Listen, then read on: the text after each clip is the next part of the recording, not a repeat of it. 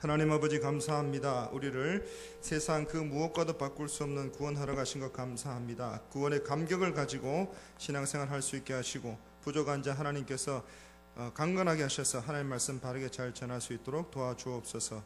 예수님의 이름으로 기도합니다. 아멘. 오늘은 이 구약 시대의 마지막 선지자로 이 하나님의 말씀을 전한 이 말라기를 통해서 오늘 우리에게 주시는 이 하나님의 교훈을 나누고자 합니다. 여호와의 사자, 또 나의 사자라는 뜻을 가지고 있는 이 말라기 선지자는 12명의 소선지자 중에 한 사람이고, 또 이스라엘의 마지막 선지자로 구약 성경 맨 마지막 책인 이 말라기를 기록하게 된 그런 사람입니다. 그런 가운데 BC 537년경에 제1차로 이 바벨론에서 이 포로로 있었던 유대인들이 귀환한 후에 약 한 100여 년 정도가 지나고 난 이후에 성전도 보수되고 또 재건되고 유대인들의 신앙생활이 어느 정도 회복되는 것처럼 보였습니다. 하지만 이 백성들의 마음이 점차로 나태해지는 것을 보게 됩니다. 그리고 제사장들도 이 성전 봉사를 게을리하는 일이 생기게 된 것입니다. 그리고 백성들은 이 하나님께 올려드리는 제물에 대해서도 그 경건함이나 성의가 많이 없어지고 11조 생활도 그만 나태해지고 말았습니다. 그리고 백성들은 이 죄와 하나님의 그 공의에 대해서 여러 가지로 무감각해져서 하나님 앞에 죄를 지은 모습을 보게 되는 것입니다. 그래서 이런 상황 가운데 말라기 선지자는 이러한 이스라엘 백성들의 죄에 대해서, 또 하나님께 올려드리는 모든 부분에 대해서 이 무성의한 부분들에 대해서 지적하고 회개하고 돌이킬 것을 이스라엘 백성들을 향해서 말씀하고 있습니다. 사랑하는 성도 여러분, 이 말라기 선지자는 새롭게 보수하고 재건한 성전에 대해서 이 무성의한 태도를 보이는 이 백성들의 그 모습이 참으로 안타까웠던 것입니다. 이 선조들의 수고로 성전을 지었지만 그들의 모습은 그 성전에 대해서 무성의하고 또 신앙심이 없는 그런 자세를 그들이 보였기 때문에 그들에게 회개하고 돌이킬 것을 말씀하고 있는 것입니다. 그래서 말라기 선지자는 이 마땅히 하나님께 바쳐야 할 것은 이 바치지 않고 이 하나님의 것을 도적죄를 하는 것이 되기 때문에 하나님께 마땅히 바쳐야 될 것들을 바르게 정성스럽게 바치지 못하는 것은 반드시 하나님께서 징계하실 것이고, 또 이를 회개하라고 백성들에게 외치는 것을 보게 됩니다. 그리고 특히 유다 백성들에게 큰 축복을 가져올 사자가 나타날 것인데, 그 사자를 통해서 이 모든 유다 백성들이 흠모하는 메시아가 오실 것이고, 또 이를 통해서 하나님으로부터 복을 받게 될 것이다. 또 이를 위해서는 하나님께서 주신 그 복을 받기 위해서 모세에게 주신 그 율법들을 잘 순종하고 그 규례를 따라 살아야 된다는 말씀을 계속해서 주고 있는 것을 보게 됩니다. 그런 배경 가운데 오늘 4장 1절부터 6절까지 말씀을 읽으셨는데, 그 바로 앞장인 3장 18절에 이렇게 기록합니다. 3장 18절 말씀 우리 같이 한번 읽겠습니다. 시작. 그때에 너희가 돌아와서 의인과 악인이며 하나님을 섬기는 자와 섬기지 아니하는 자를 분별하리라. 의인은 하나님을 섬기는 사람이고 악인은 하나님을 섬기지 않는 사람입니다. 다시 말해서 하나님을 섬기는 사람은 구원을 받고, 또 하나님을 섬기지 않는 사람은 심판받을 날이 올 것인데, 그 날이 바로 여호와의 날이라는 것입니다. 그리고 그 날은 구원과 심판이 동시에 일어나는 것을 보게 됩니다. 이 심판의 모습이 4장 1절에 나타나는데, 함께 읽으신 대로 용광로 불같은 날이 이를 것이고 교만한 자, 악을 행하는 자는 이 불 앞에서 이 지푸라기와 같게 될 것이다 말씀합니다. 그리고 그 이르는 날에 그들을 살라버리고 태워버릴 것인데 그 뿌리도 가지도 남기지 아니할 것이다 말씀합니다. 그래서 이 심판의 날이 용광로 불같은 날, 이런 무서운 심판의 날이 이르기 전에 회개하고 하나님께로 돌아오라 이렇게 말씀하고 있습니다. 우리가 잘 아는 것처럼 이 다니엘서 3장에 보면 다니엘의 세 친구가 이 금 신상에 절하지 않는다고 이 느부갓네살 왕이 화가 나서 그들을 이 풀무불에 던져 넣는 그런 모습이 나타납니다. 그리고 느부갓네살 왕은 이 풀무불의 온도를 평소보다 무려 7배나 더 높이라 이렇게 이 모든 신하들에게 이야기합니다. 그래서 이 모습을 보면서 평소보다 더 7배나 더 높이라 이런 말은 이 완전수라고도 이야기하는데, 이 느부갓네살 왕이 이 다니엘의 세 친구의 절하지 않는 그 모습을 보면서 얼마나 분노했는지를 우리에게 잘 보여주고 있습니다. 그리고 아무리 여러 가지 모습으로 또 포장되어 있다 할지라도 하나님을 경외하지 않는 세속적인 권세의 무모함, 또 잔인한 그런 일면들도 이 모습을 통해서 보게 되는 것입니다. 평상시에 불의 온도보다 7배나 더해서 이 다니엘의 세 친구들을 그 불에 집어넣어라 이렇게 명령하는 것을 보게 됩니다. 그런데 그 불에 던져졌던 다니엘의 세 친구들은 아무런 이 해함도 없고 또 탄 것도 없고 또 탄 냄새까지도 없이 또 온전하게 그들이 다시 살아나온 것을 보게 됩니다. 그리고 그들 외에 또 다른 한 사람이 그들과 함께 있었는데 25절 다니엘 3장 25절에 세 친구 외에 신들의 아들과 같은 한 사람이 그들과 함께 불 가운데 있었고 그들과 함께 그 가운데 다녔고 또 그로 인해서 그들이 상하지도 않고 함께 불 속에 있었다고 분명히 말씀합니다. 그래서 이 모습을 보면서 우리가 기억해야 될 것은 그 뜨거운 불도 이 악인과 의인을 정확하게 분리시켜내는 것이 바로 여호와의 날이라는 것을 우리는 기억하게 되는 것입니다. 사랑하는 성도 여러분, 이 신명기 4장 24절에 보시면 이렇게 말씀합니다. 내 하나님 여호와는 소멸하는 불이시요 질투하시는 하나님이시니라. 바로 그 여호와의 날에 소멸하는 불이 되시고 질투하시는 하나님 되신 그 하나님의 날에 심판이 있을 것인데, 함께 읽으신 그 4장 1절 말씀처럼 그 날이 바로 용광로 불같은 날이 되어서 의인은 구원을 받게 될 것이고 악인은 심판을 받게 될 것이다, 분명하게 말씀하고 있는 것입니다. 그래서 잠언 21장 4절 말씀해 보시면 이 눈이 높은 것과 또 마음이 교만한 것, 악인이 형통한 것은 다 죄라고 분명히 말씀합니다. 그리고 시편 101편 5절에도 자기 이웃을 은근히 헐뜯는 자를 내가 멸할 것이고 역시 눈이 높고 마음이 교만한 자는 반드시 심판하고 하나님께서 용납하지 않으신다, 이렇게 기록하고 있는 것입니다. 그래서 하나님 앞에서 이 눈이 높은 것, 또 마음이 교만한 것, 하나님 없이 살 수 있다는 것, 하나님을 대적하고 조롱하면서 그렇게 이야기하는 것들, 감히 주님의 몸된 교회, 주님이 핏값으로 사신 교회를 향하여 돌을 던지고 함부로 공격하는 것들, 또 악인이 잠깐 형통해 보이는 것들, 이 모든 것들은 다 하나님께서 반드시 하나님의 때와 방법으로 심판하신다, 더 이상 용납하지 않으신다, 우리에게 말씀하고 있는 것입니다. 그래서 우리의 눈에서 보면 세상에 눈이 높은 사람이 많이 있습니다. 또 마음이 교만한 사람들도 많이 있습니다. 또 잠깐 형통해 보이는 악인들도 있습니다.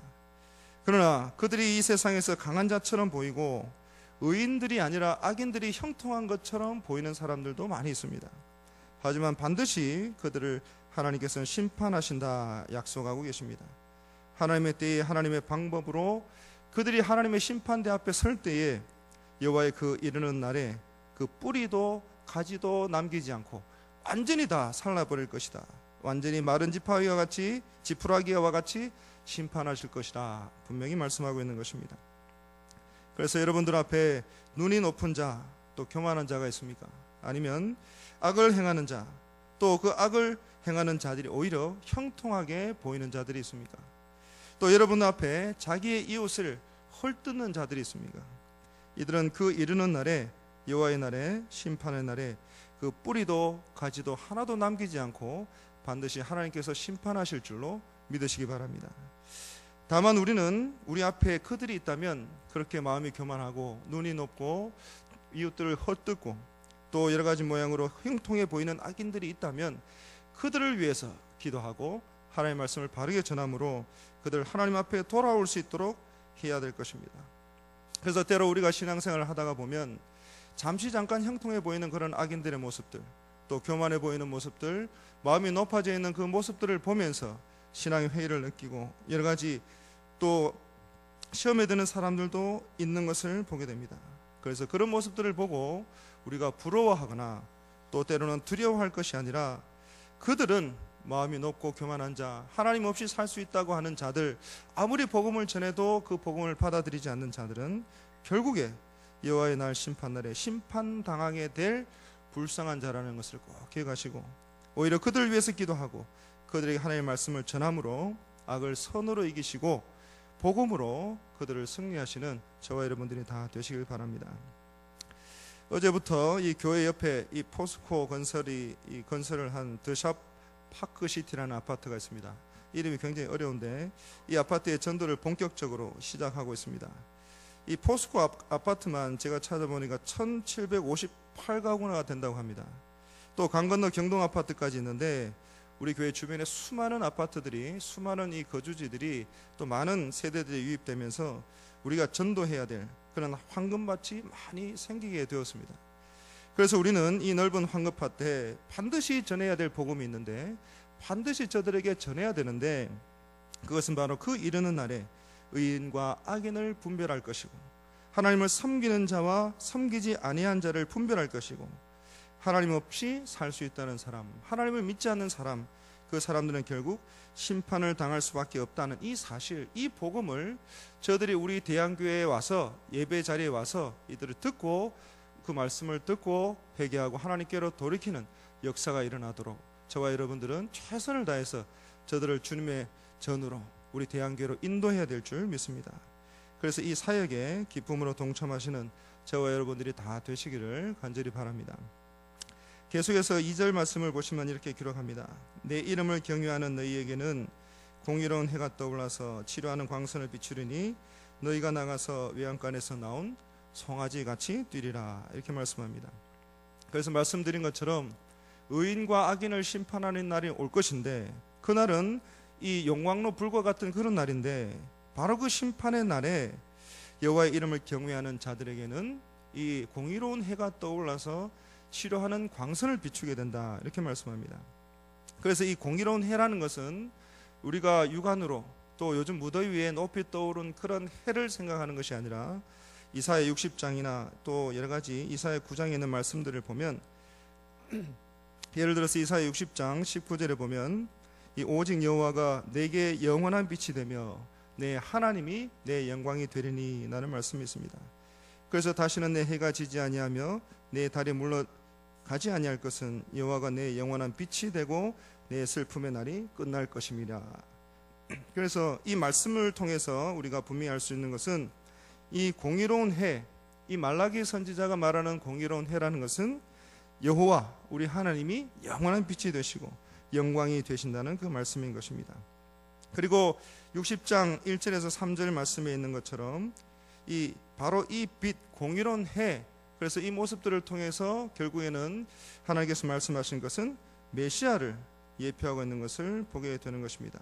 그래서 이사야 60장 2절을 보시면 보라 어둠이 땅을 덮을 것이며 캄캄함이 만민을 가리느니와 오직 여호와께서 내 위에 임하실 것이며 그의 영광이 내 위에 나타나리니 나라들은 내 빛으로 왕들은 비치는 내 광명으로 나아오리라 말씀합니다.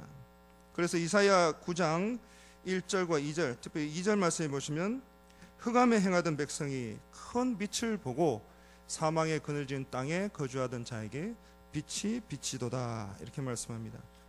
그래서 이 해라는 것은 하나님의 영광을 말씀하는 것이고, 하나님을 경외하고 하나님을 섬기고 하나님을 믿는 자들에게는 하나님께서 공의로운 해와 같이 그들에게 은혜를 베풀 것이고 그들과 함께 할 것이고, 결국 메시아 되신 예수 그리스도를 통해서 이 영광의 빛이 흑암에 갇힌 모든 사람에게 비추게 될 것이다 라고 말씀하고 있는 것입니다.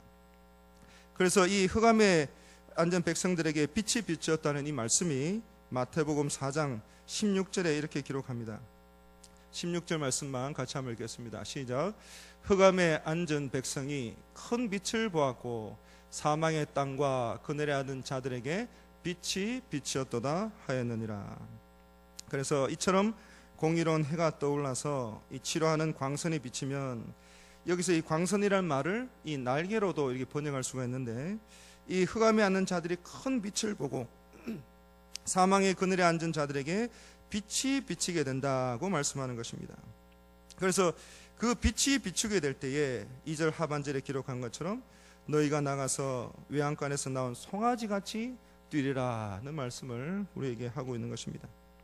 그래서 하나님이 공의로운 해가 되시고 메시아를 통해서 흑암에 어둠에, 어려움에, 고통 가운데 있는 유다 백성들에게 비치게 될 때에 참으로 울타리에 갇혀있던 그 송아지가 외양간에서 완전히 벗어난 것처럼 너무 기뻐서 뛰는 그 모습을 보는 그 송아지처럼 기뻐서 그 구원의 감격을 노래하게 될 것이다, 이렇게 우리에게 말씀하고 있는 것입니다. 그래서 여러분들이 잘 아시는 것처럼 이 사도행전 3장에 있는 기록의 말씀처럼 이 베드로와 요한이 9시에 기도 시간에 성전에 올라갔을 때에 나면서부터 못 걷게 된 사람이 있었습니다. 그리고 이 사람에게 금과 은이 아니라 예수 그리스도의 이름으로, 나사렛 예수 그리스도의 이름으로 그를 걷게 하였고, 그렇게 하였을 때 이 사람이 나면서부터 걷지 못하던 그 사람이 이 베드로와 요한을 통해서 나사렛 예수의 이름을 받고 그 이름으로 낫게 되었을 때, 일어나 걷게 되었을 때, 오늘 이 기록된 말씀처럼 외양간에서 나온 송아지같이 걷기도 하고 뛰었다는 말씀을 우리가 보게 되는 것입니다.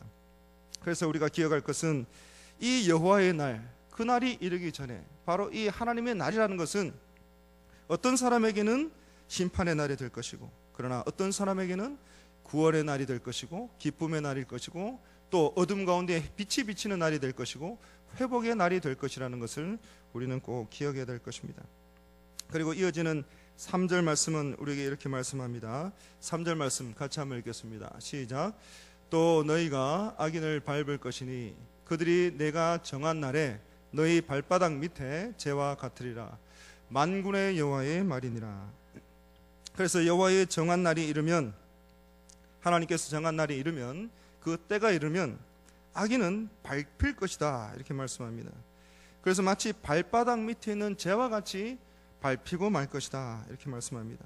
그리고 이 말씀은 다른 어떤 사람의 말이 아니라 만군의 여호와의 말이기 때문에 이루어질 수도 있고 이루어질 수 없을 수도 있는 그런 말씀이 아니라 반드시 여호와의 정한 날에 악인은 바닥의 재와 같이, 발바닥 밑에 재와 같이 밟히고 완전하게 멸망당할 것이라고 우리에게 말씀하는 것입니다.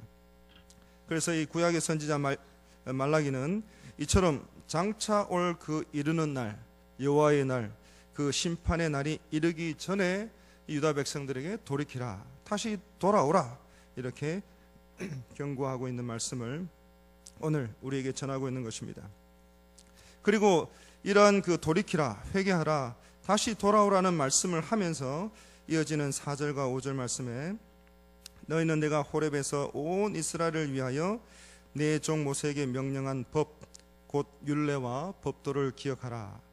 바로 이 율례와 법도를 기억해서 이 크고 두려운 날이 이르기 전에 내가 선지자 엘리야를 너에게 보낼 것이다, 이렇게 말씀하고 있습니다.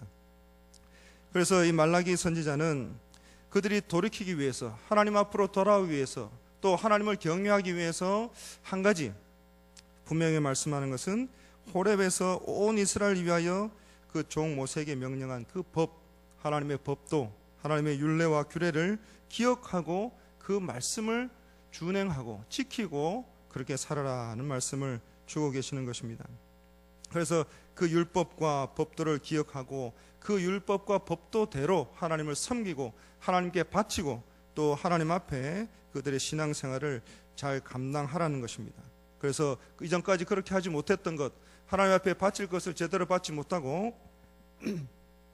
못하고 또 신앙생활 가운데 게으르고 또 여러 가지 모양으로 하나님 앞에 죄된 모든 모습들을 깨닫고 이제는 주께로 돌아오라는 것입니다. 그래서 여호와의 크고 두려운 날이 이르기 전에, 그래서 이 율법과 법도를 기억하고 돌아오라는 것입니다. 그리고 이 말라기 선지자는 이 4장까지 말씀 통해서 계속해서 심판에 대해서 말씀하시면서 함께 이 유다 백성들에게 심판에 대해서 말을 하면서 함께 말씀하는 것이, 말씀드린 것처럼 이 메시아를 보내주실 것이다, 이 말씀을 계속해서 하고 있습니다.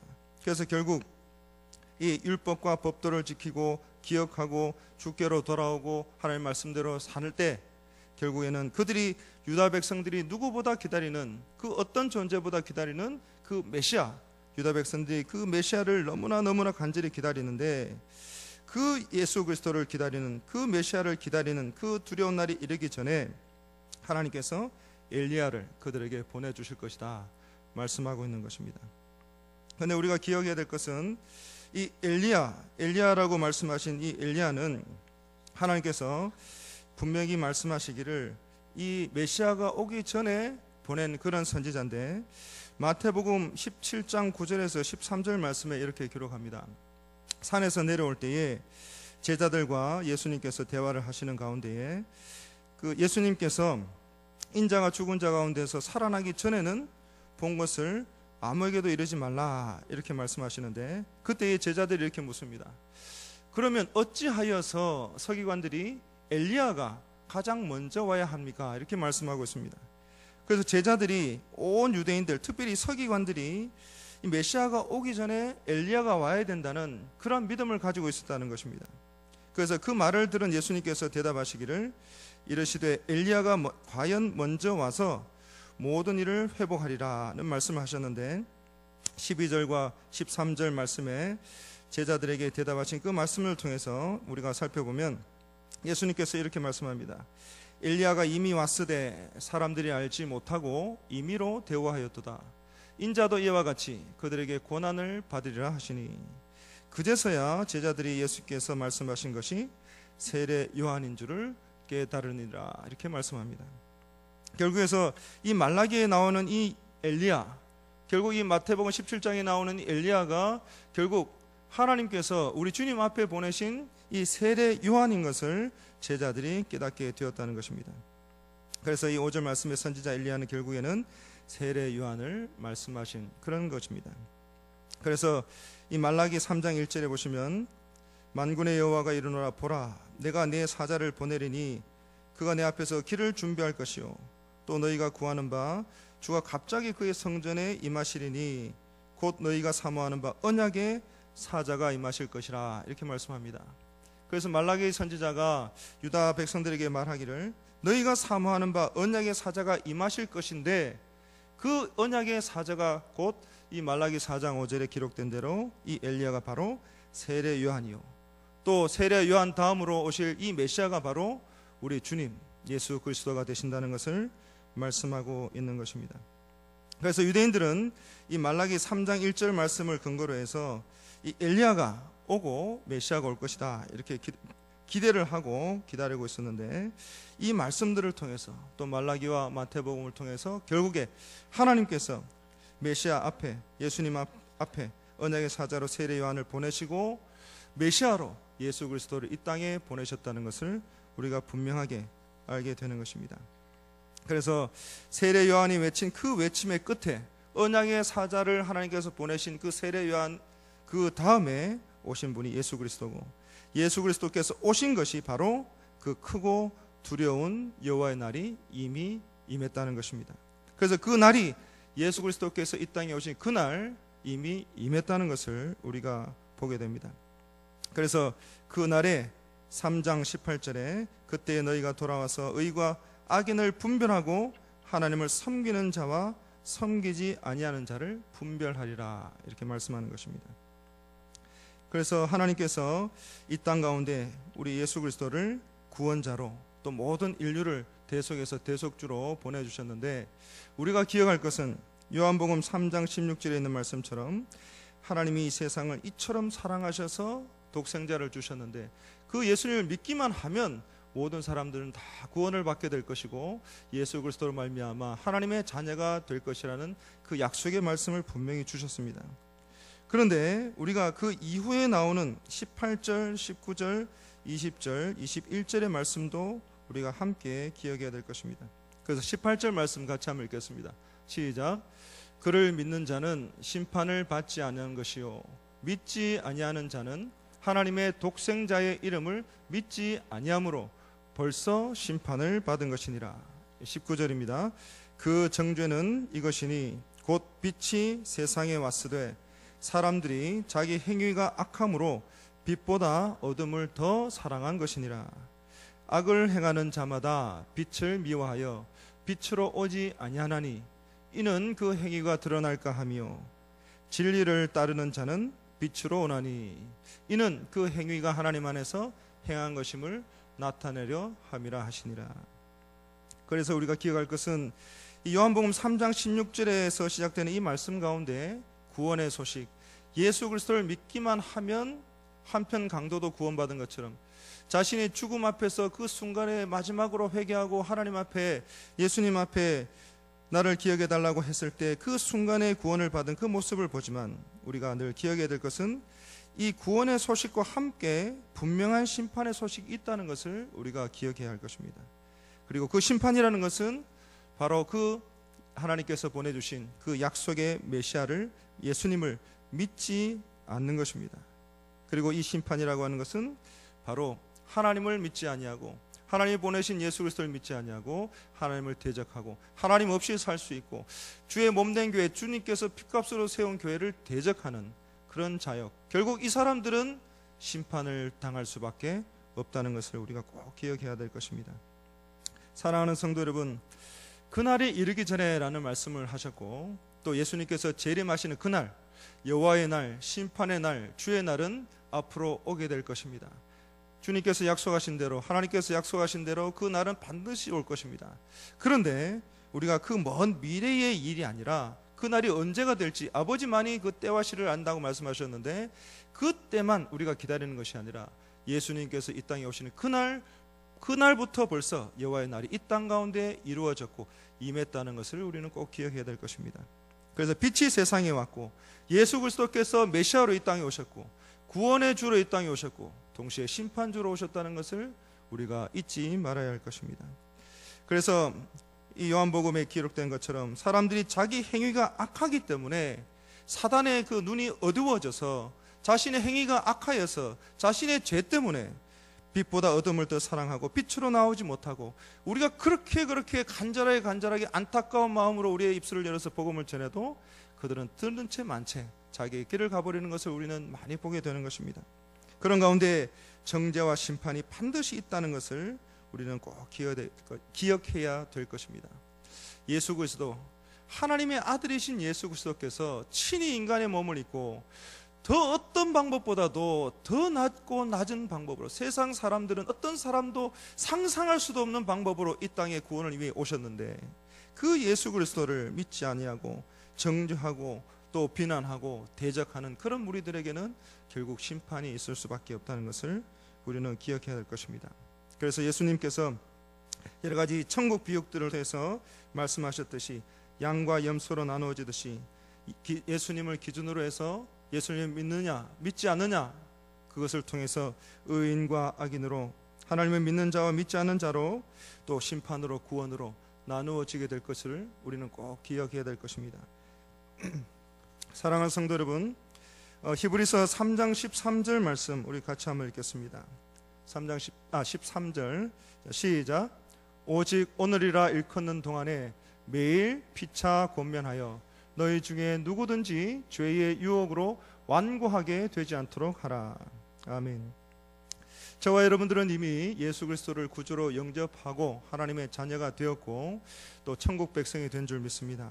하지만 우리는 늘 기억해야 될 것은 오늘 또 순간순간마다, 또 오늘 이 예배드리는 시간이 아니라 여러분들의 삶의 현장 가운데 믿지 않는 분들과 대화를 나누는 가운데, 여러분들이 최선을 다해서 살아가는 흡사 전쟁터와 같은 여러분들의 삶의 현장 가운데에 참으로 내가 하나님의 백성으로 또 주님의 자녀로 여호와의 날이 이미 임한 그 하나님의 백성으로 살아가는지를 늘 살펴보아야 될 것입니다.